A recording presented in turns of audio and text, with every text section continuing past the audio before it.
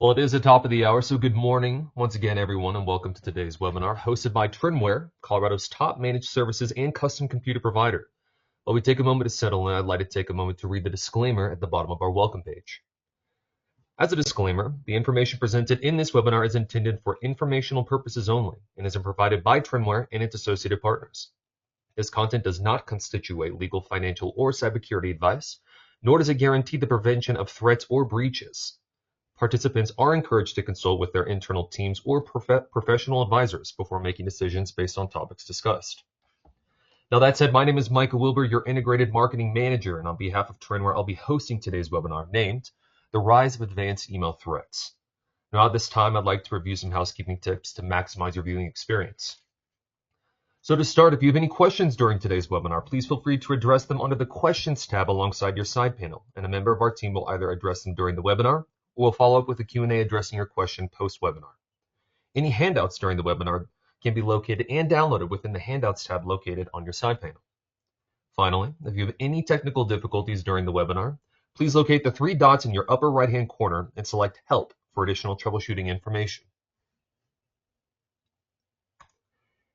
In addition to the housekeeping tips on the last page, today's webinar is being recorded for use by Trendware's educational purposes. Today's webinar does include the incentive of a free lunch for our first 20 participants, and in order to obtain this, we ask you kindly answer both poll questions during today's webinar. Lastly, while your microphone will remain muted during the webinar, we will reserve time at the end of the session for questions and live interaction with our speakers as time permits. Now, without further ado, I'd love to introduce our speakers for today's webinar. Brandon is an accomplished sales leader with a proven track record of business technology and cybersecurity. As the Director of Sales and Managed Services at Trinware, he leads the new business development and account management teams for Trinware's Managed Services division. Prior to joining Trinware, Brandon held a sales career spanning 10 years of helping businesses solve technology problems. With a passion for technology and a commitment to excellence, Brandon is dedicated to driving success for his teams and fostering lasting partnerships with clients. And of course, our co-host, Raymond, who focuses on helping partners build and refine their managed IT businesses. Raymond is a senior director of partner programs with ConnectWise, who builds a blueprint to enter the cybersecurity business. Ray focuses his time on helping partners with their go-to-market strategy, hiring, retaining talent and customers, operations, pricing and packaging, sales training, and account management for their clients. Now, gentlemen, without further ado, I'll hand the webinar back to you. Michael, thank you for the introduction. Really appreciate you putting this together for us. Ray, also a pleasure to speak with you again. I appreciate you coming back to bless the people with more information. Absolutely. Thanks for having me, Brandon and Michael. Great. Michael, why don't we go ahead? I think we have a poll question. Let's go ahead and start out with that too. We sure do. The first poll question that we have actually goes as follows. We want to start the webinar by wondering by each one of you, which of the following email threats concerns you the most right now? We have number 1, BEC, business email compromise. Number 2, credential or token theft. Number 3, MFA bypass attacks. Number 4, AI generated phishing, or number 5, all of the above. And we'll provide about 60 seconds or so for each poll question, so take your time. Right about now is when it sounds good to have Jeopardy music playing in the background. Yeah, looks like there's a battle going back and forth between credentials and AI. I like it. It seems like it. That doesn't surprise me in the slightest either.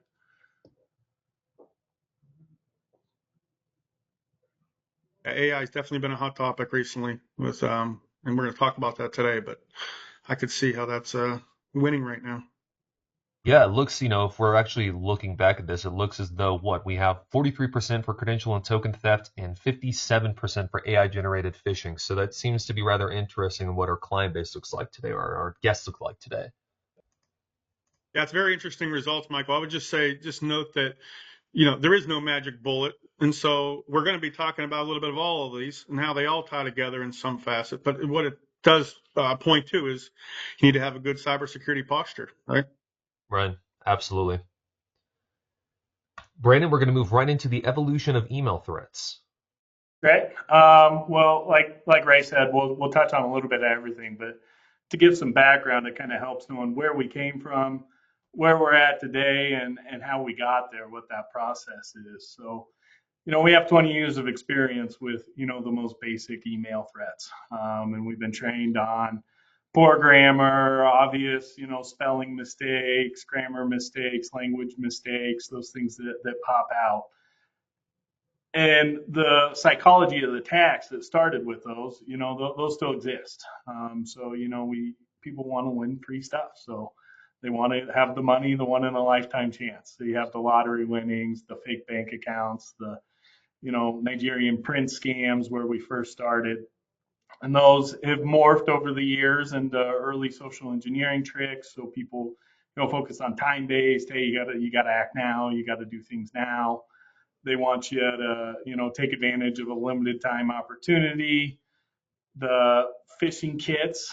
So you start to see it get more sophisticated, more of, phishing as a service, and it's just continued to grow. So that's turned into targeting specific, executives and vendors, more complex vectors that they're coming in through that are harder to, catch at first glance. So fileless malware, brute force attacks that are trying to get you to, approve a MFA through fatigue. Every time we've released kind of a new security posture, they've worked around other ways to try and get in. And now we are in the AI phase.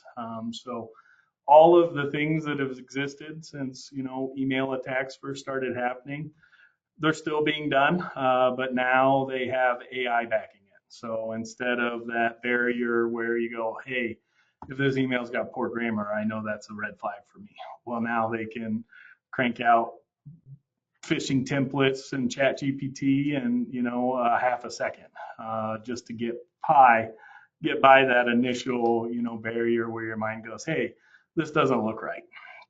And slash next, they released a state of phishing report in 2024 that showed across their platform a 4,000% increase in phishing attacks ever since the release of ChatGPT. So it doesn't surprise me that that was one of the answers that was chosen in the poll question, and that's why. It's because they can, they can get by that first barrier, that first, psychological defense that you have, and then using the other advanced attack vectors to, try to break through the mold there.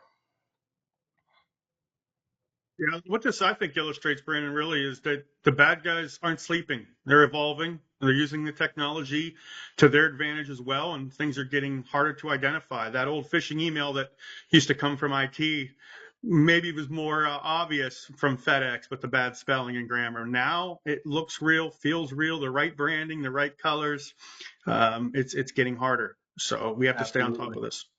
Absolutely.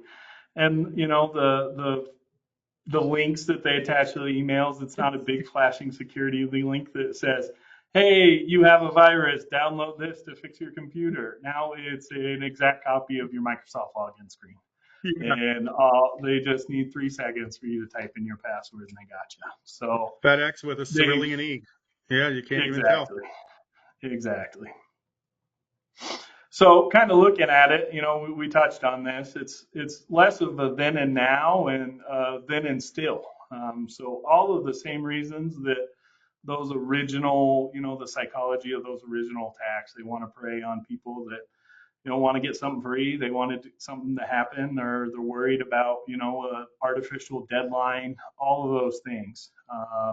But now it's more targeted. They have the ability not just to, do broad generic emails. They still do that too, but it can be, spear phishing that's highly targeted. They have your company webpage and they're picking names off that, and then they're picking, information off your social media page, and they're putting together a highly specific attack that's directed exactly at you as the owner of the business. They know you own this business. They can see, oh, you're going on a trip to, Western Colorado next week, and they're pulling up hotel information for a place you might be staying at, and you're getting a very, very specific email that's crafted specifically to get you to click on something. Yeah, spear phishing, as you mentioned, it's very targeted, and it absolutely is. It's targeting elderly, out of date software. all those vulnerabilities. And it's not just a shotgun approach, blast and let's see what sticks. Now it's much smarter, much more intelligent, and they're targeting or spear phishing these whales. And so the other piece of that is they're also going after small to medium businesses, people that aren't spending millions and tens of millions on their cybersecurity. So that's why this is all the more important to protecting our businesses. Absolutely. It's less of, finding the easiest point of entry That's a right. lot of times. And small and medium businesses can fall victim to that. Absolutely. So real quick, we do have an extra kind of benefit for you guys joining today. So if you can take out your phone, scan this QR code real quick. We don't have a whole lot of time, so we'll need this to go by fast, but might be able to get yourself a little treat there. So let's make sure we're going as fast as possible here. I'm going to give it about 5 more seconds before we move on. But just a nice giveaway there. And for those of you that were fast with your phone, you are realizing now that you did not make it to a giveaway screen. Instead, you're reading an article about QR code phishing, or as we like to call it, quishing. So one thing in the cybersecurity realm, we have never found enough ways to put ishing into whatever type of attack it is. So we got phishing, QR code phishing, smishing. We'll think of more too as they come along. Don't worry about that. Here's a few things you missed though. As you can kind of see on that orange arrow there, the QR code, we can see that looks like a sticker that's attached to another QR code. So one of the things we're seeing even more and more prevalent out in the world these days is QR code phishing. And that's because people will stick their phone at anything and click through without a second thought ever. So be on the lookout for QR codes that are out in the wild, especially ones that you don't know where it's coming from or who it's from, or it's not a trusted source. When you do pull that up in the phone app, you can also see that circled area there. That tells you where it's trying to go. So securityintelligence.com, that's not a Starbucks gift card, and that's not a Trendware page there. So that automatically should be sending up red flags in the future. Hey, the link it wants me to go to doesn't sound like the place where I thought I was scanning. Brandon, this one's huge because I was at a cybersecurity conference out in Vegas and I ran into some, we call them, white hat hackers who were trying to figure out vulnerabilities on behalf of the companies. And I asked them really quickly, what's the latest and greatest thing? And they said, it's not that crazy. It's just QR code scanning. They said, especially with, what happened during COVID, everybody went menuless. Now, whether they're in an airport, they told me an airport, even at an IT conference, they just started throwing these things everywhere to see how many people would scan them to send them to their own website. But it is pretty crazy that you have to start thinking about that now and looking at one, where it's going, and two, is it a cover up? You see the same thing like at a gas station. I start to shake the skimmers, right? So you don't know if your credit card's getting skimmed. I give it the old pull test to make sure it's an actual credit card and not just a skimmer. But yeah, this one's great. It's a fun little exercise, but it's reality. They're out there using this right now. Absolutely. One of our attendees actually just said on the background, we had a quick comment on the background saying that they're actually busted by the QR code. So it's sufficient with everything we're seeing right now. Yeah. No. Yeah. This is one that is, in my opinion, it's only going to continue to grow. It's just such an easy. It takes 30 seconds to make a QR code too. There is not a high barrier of entry to get into the QR phishing game. And you can set it up so it's immediately downloading malware or ransomware the second you start clicking through to the link. So be on the lookout, stay vigilant.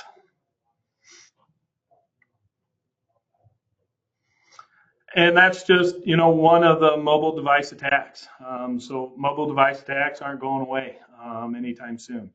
We are doing more business than ever before on our cell phones, whether that's through your email, your Microsoft ecosystem. If you have a SharePoint, you probably have access to all your company files through your phone. Line of business applications, bank accounts, everything's on your phone these days. So And worst case, or even, best case scenario, if you do have your phone locked down, then you take your phone and you go to work and you connect to the Wi-Fi and you're on the exact same network as your server. And now you just brought a rogue device into your network. So there are so many entry points that they have to be able to take advantage of from getting a hold of your phone. And it's people just don't have the same relevant amount of security when they're thinking about their phone. They're more loose with what they do. They assume everything's going to be all right, and that's just not true anymore. So you see the Biggest one QR right code phishing. Yeah, go ahead, Ray. No, to say the biggest one right now, going around, especially Pennsylvania, is the SMS phishing.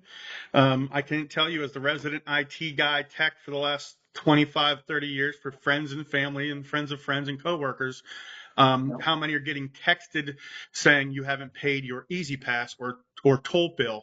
And so many people have reached out to me. Is this real? Is this legit? I mean, my own family, am I supposed to, did I miss paying a toll bill on Easy Pass? Why is Easy Pass sending me text? And then I have to relay to them, that's not a real message. That's sending you to a fake Easy Pass page. It looks like Easy Pass to put in your credit card information. So that's real. I got one just the other day. I just got one myself Absolutely. just the other day. So it's this is also happening at volume. Yep, and those are only going to get better. I mean, we are in the very early days of the SMS phishing. Like Yep.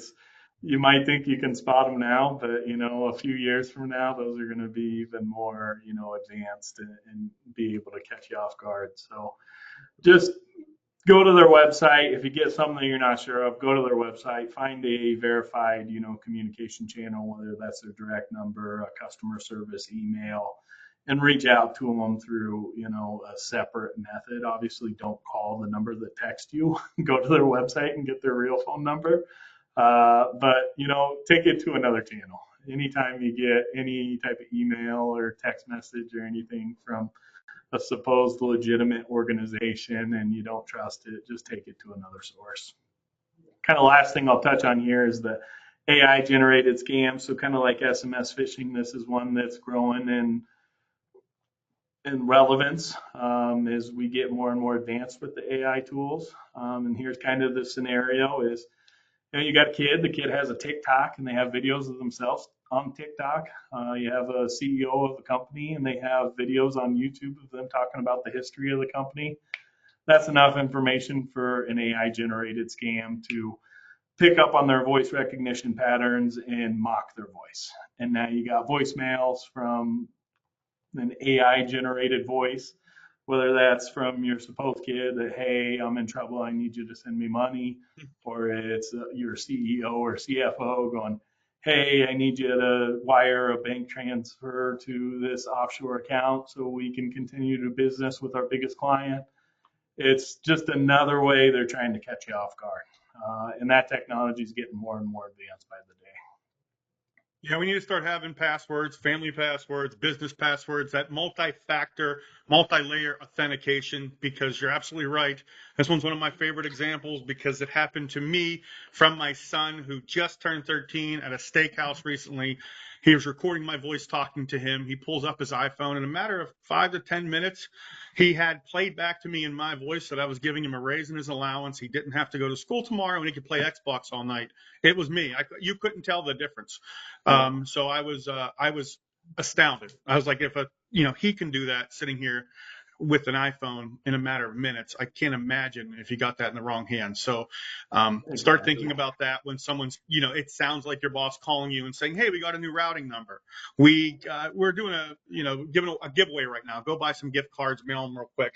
I'm at the hotel, anything.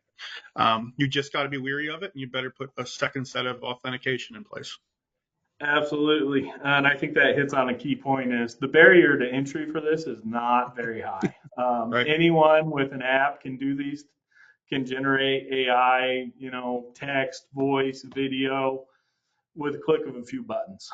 So this isn't a sophisticated operation going on. This is, a teenager in their room can start up these kind of scams within 30 minutes.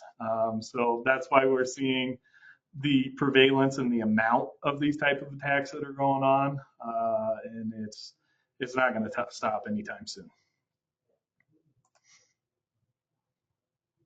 And that just goes into, the attack vectors. So we still have kind of the same principles that go along, time deadlines. They want you to act fast. You can win free money. You can get free things.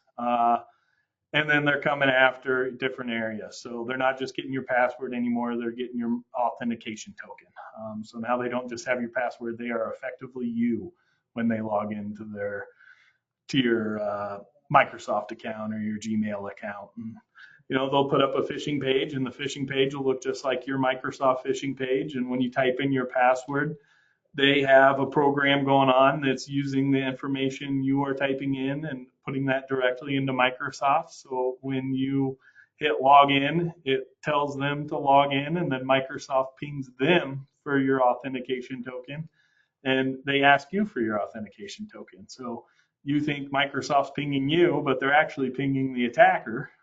But then you give them your token right away, and now they don't only have your password, but they've used your MFA to log in, and you are none the wiser. And they're doing that through phishing emails, through the QR code attacks, the drive-by URLs. That means that you don't even have to click on anything on a malicious site. The second you click the link and go to the malicious site, it's going to automatically start downloading malware or ransomware. You only have to make one little mistake. That's how much it takes for them to get you these days. So the key factor is to be aware, to be vigilant, to have your people be vigilant and be aware, and have some tools in place that can help minimize some of the damage there as well. Perfect timing, Brandon, because that actually guides us into our last poll question of the day, and that goes as follows. How confident are you in your security's ability to detect advanced threats like phishing, impersonation, or zero-day attacks? We have 1, very confident. We have number 2, somewhat confident. We have number 3, not very confident. Number 4, not confident at all. Or number 5, you know what, I'm not sure. I need more information. So we'll let this roll for about 20 more seconds or so.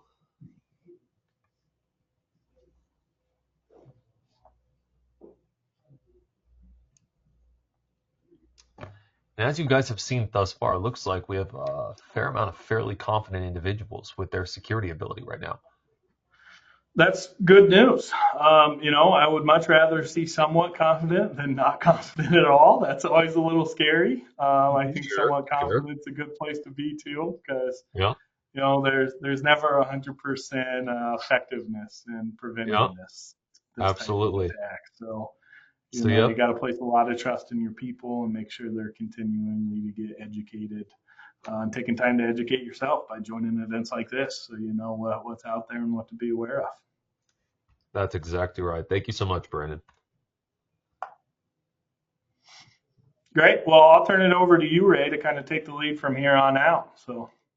Absolutely. Well, I appreciate that. And so what I'm going to cover, some of the psychology and the human aspects to this and how AI is tying into that and some real world examples. So just moving forward into the next slide here, AI and automation in the wrong hands. Now, we've touched on that a little bit. Brandon and I have talked about it, but what it does mean is it's a lot more real. Deepfakes, I'm sure you've seen them on your social media. You might have seen them on your TikTok, Facebook, Instagram, where it looks like even the president talking, and people are scared. They're like, this could wage war. I mean, this is pretty intense. I will tell you, AI and AI is ever evolving too. I do a lot of webinars on AI recently about the good, the bad, the ugly, how it's going to benefit us. But in the wrong hands, in the cybersecurity world, it can be used for a lot of bad things. As we talked about the voice, the deepfakes, even video, making video look. So let's say my video right now is a little bit blurry. You wouldn't know if it was me talking or an AI bot. So it can get kind of scary. And I think you need to be aware of that. and making sure you understand that the bad guys are using it too, right? Of course, it can be a workforce multiplier and do great things, but I think you also have to be responsible within your company of what you're putting out there, what you're uploading to ChatGPT or Gemini or OpenSea or some of the ones solutions out there, because they give you a lot of warnings before you do, but once you put it out there, it's in the public domain. So remember that it's in the wrong hands, it could be really hard to tell the difference, and it's only going to get better. Now we get some of the psychology part of it, and that is, no matter how many tools I put in place or Brandon or Trinware puts in place, human factor is probably one of the biggest risks, because it's just like in our nature. If you see a USB drive in the parking lot, are you going to pick it up and throw it in there to see what's on it? Maybe you thought a coworker dropped it. That's a famous attack, right? Just drop something in the parking lot and see who puts it in. Are you protecting your badge? And, can someone do like an NFC scan? But the biggest threat is really yourself. It's making sure you take that security awareness training, coming to things like this webinar to stay on top of it, be educated, make smart decisions. This is all important. So the human factor is still a big part of it. And I said, I live this, right? I've been doing this in technology, and I just told you how my son kind of tricked me at 13. You have to stay on your toes. There's not really any room to get lackadaisical here. So I will say that. And then the piece is financial motivation on the rise. Is people will say, well, I'll just pay the ransomware, or cyber insurance got it. Well, when it really comes down to it, did you make sure you checked all the boxes on your cyber insurance form? And if you do pay, doesn't that make you a mark? Aren't you more willing to pay again? Because I'm going to come back to you. I know you know how to use Bitcoin, and you're willing to pay me. So maybe you're just a mark, and I'll ask for more next time. So that's that financial motivation. So Absolutely, and it's like a $3 trillion industry already, Ray. Like, they're making money here. They're not going to stop doing this anytime soon. They're full businesses. I mean, people don't Yeah. understand that this isn't just two guys in their mom's basement anymore. These are full companies in other countries with HR departments and 24/7 operations doing these attacks. They're legit businesses over there. So what does that all mean for me and the clients? Um, there isn't a magic bullet like I talked about before. You have to start understanding what your current solutions look like, what your employee security awareness training looks like, as well as what's my current AI policy. And then I love this third bullet point: review third parties in your supply chain. I'll bring up the Target hack, which is older now, but I still use it today a lot because it exemplified that Target spends a lot on cybersecurity, but their HVAC provider, who was a smaller company, who was doing the door security and stuff, they weren't. And they had APIs and passwords and ways in admin accounts into the system. And so when the threat actors or the hackers got into that system, they then by default had access into Target, who had to spend millions and billions of dollars to fix that. It just happened with a healthcare company last year, one of the biggest attacks as well. They're not going after the enterprises. I mean, they are ultimately, but they're going through the small to medium business. So that makes you have to reevaluate what your supply chain looks like. Who are you currently working with, and are they imposing or bringing any risk to your company? So those are just some of the things to think about. Beyond that, just installing a piece of software. And I just mentioned some of the real world examples.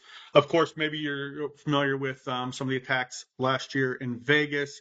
You have everything from audio jacking using AI, so that it can leave a voicemail or sound like somebody. I think there was a company out there, KnowBe4, or it was one of the security companies that actually hired somebody they hired somebody that ended up being an AI bot, and they made the hire, and it looked and felt and real, and they talked to somebody, and it was actually a deep fake. Yeah, from North Korea. It was a North Korea cyber scammer from North Korea. You Got got it. hired. using AI deepfake at a cybersecurity company in America. At a cybersecurity company. So yeah, they're pushing it to the limit. So you have to be careful with that on LinkedIn. You think you know, but again, if I send you a resume embedded with something, you click on the wrong resume and that can happen. Or you give somebody access to, oh, welcome to the team. Here's your onboarding. Here's your company passwords, and you're now on my network. Any way they can do it, whether it's social engineering, AI, phishing, QR code phishing, they are working around the clock to figure out new ways in. The bad guys are not sleeping and resting on their laurels. So you got to stay on your toes. And what's it costing? So IBM put out a report. I think it was the IBM Poneman report. And on average, so it's around $4.8 million is what it's going to cost you. And that's for phishing. Now it can cost you much more than that, whether you have regulatory compliance and fines, whether you're spending money on, if you're holding employee or client data, then you have to give them 1 year of 1 year of security or credit monitoring. I mean, there's a lot of things that go beyond just the recovery aspect of it, right? Getting your house back in order is one piece. What about getting the whole neighborhood back in order? Your reputation, fines, compliance, government, the media, lawyers, class action lawsuits. There's a lot of other stuff that comes along with a breach or an attack. So you got to be really careful. When you do, or if you suspect something, how you approach that. You have to have a true incident response team behind you on how you handle everything from the media to the wording you use. Because once you use certain words like breach, we've been breached, you're now on the hook. You're now liable. You have to report it if you use that word. So you have to figure out ways to mitigate those threats and just do your homework on how you're going to take care of that. But make sure you have a good company behind you, like Trinware, who's willing to work with you and help you walk that journey, walk down that path. Absolutely. It's all about how you navigate it and, mitigate your losses and, your reputational damage. So there's definitely some tools that can help, but just having a good partner to, walk you through the steps. Best And way I to think go. that brings us to our last piece here, which is just around email isn't a strategy. So you can't rely just on Gmail or Outlook or right. The path forward is evaluate your current posture, implement a layered security approach, work with a partner, and it's going to be ever evolving. I can't tell you or anybody on this phone what's good today is going to be good tomorrow. They're figuring out new ways in. What was good 5 years ago isn't what it looks like today. Brandon showed you the evolution. That's going to continue. So we need to stay on top of it. So when your account manager reaches out to you and wants to reassess the current and compare it to what's available today, you may be changing tools. You may be changing services. That's a constant, ever flowing, ever evolving posture with security posture. So got to stay on your toes here. Even the most tech savvy employee can fall victim. We talked about that, right? A cybersecurity company hiring the wrong person. Yeah, it's definitely a game of tug of war. You don't win for good.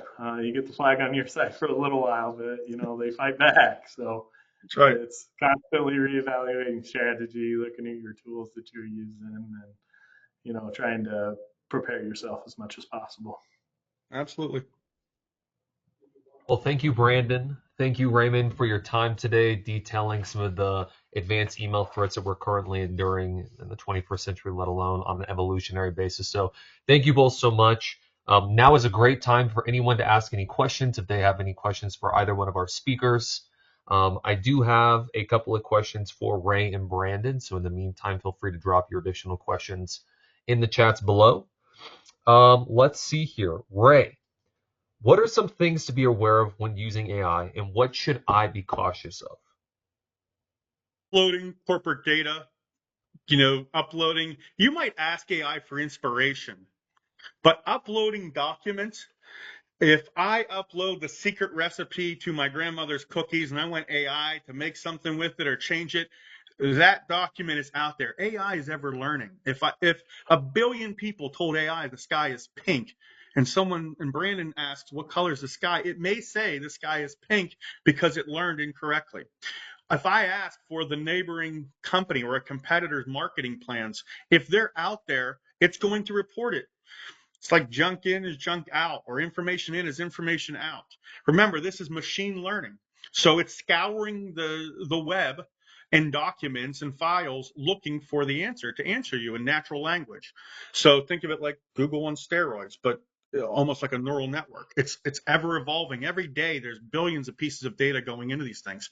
So to be corporate responsible is making sure that maybe I'm asking for inspiration with some open-ended questions, but I'm also not putting my Power BI results up there and asking it to analyze it. Here at our company, we have very strict AI rules, and we have to use an internal AI agent that keeps everything closed loop. You may have an AI policy you develop internally. Is might be one of your first steps that a company like Trimware can help you with. So those are all things that you need to take accountability for and take responsibility on AI, because it can really work for you. It can open up and make you much more efficient, make you much more operationally streamlined. It can do tasks for you. You can set up robots to automate tasks that never sleep and never take breaks or sick days, but you also have to be responsible for using it. Yeah, that's spot Thank on, you. Ray. I mean, anything you input into ChatGPT just became part of its training package. So, if you're putting in, confidential information into, the web version of ChatGPT, they're capturing that information, and they're going to train the AI off of it in the future going forward. So, there are ways, like Ray alluded to kind of silo that and keep your AI usage in house and have, that functionality just off your internal information without it leaking out into the broader AI categories. But you definitely don't want to just be going to the web, chat GPT, and uploading sensitive documents or sensitive information. And speaking of sensitive information, we have another question that says, more or less, I think I clicked on a phishing email last week. And is there a way that I can tell that my account has been hacked? From here, probably not. But there's a couple of key things you can do. One is I would change all your passwords. Um, you know, go into Microsoft and log out of all active sessions is one of your options, and I would do that, and then change your password and add a MFA solution if you haven't already. So that way you have a 2FA. Going forward, there are some tools like a SIM solution, a source solution that can kind of give you some insight into, hey, are any of the Microsoft accounts in, my company's Microsoft ecosystem, are they displaying, behavior that's indicative of a, compromised account that can kind of clue you in. Once a bad guy gets into your email, they're pretty predictable afterwards. There's only so much they can do with it. So it kind of looks for those behaviors. It's not just enough to have that protection on your endpoints anymore, your computers and your laptops, but having that in your cloud ecosystem goes a long way as far as the ringing the alarm if something looks off. Yeah, I'll just Absolutely. add to Thank you so much. that on the if you did click it, right, changing your passwords, absolutely number one. Number two is you might want to make sure you have an EDR, early detect and respond, or MDR solution, which will look for things that spawn. So next time you launch Word or WinWord, it's going to also launch the bad threat. It will pick up on those anomalies. It will look for those things that are also happening. A dark web scan, I recommend asking about a dark web scan. That's where they can scan and see what information related to your domain is out there on the dark web for public domain or for sale. That's another way. I think it's a great question, because too many times I think people click on a bad thing and they think something's immediately bad going to happen. If I was a threat actor, I would sit there and collect information for the next year until, like they did with Mount Sinai Hospital, they sat there, average dwell time was like 60, 90 days, and in some cases 6 months. I'll live in your basement, collect all the relevant information, find out the code to your safe, find out all the information I need, and then I'm going to hold it ransom for X amount of dollars or Bitcoin, because then it's important to you, not day one stuff. It's not as soon as you click on it, bad things are going to happen. It's all right. Now I'm sitting there collecting that information. So that is what dwell time is. That's another important key term, is understanding that you could have clicked on it 2 years ago. So to get these things in place, to look for those anomalies, to get the right scans, SOARs, and SIM solutions, and EDR solutions, and dark web scans, that's all part of that security layering. Absolutely, Ray, spot on. Well, thank you both so much. At this time, we don't have any additional questions. If we do, I'll follow up with a Q&A just to verify that once we have the reports finalized from the webinar. But without further ado, it looks like we're about just to finish up the 40-minute time allocation we have for this webinar. But I will let the both of you conclude the webinar, and thank you all so much for joining this afternoon. Great. Thank you for having Thank you me. again, Michael, for Appreciate hosting. You did a great job. Yeah, Ray, It was we always love when you join us.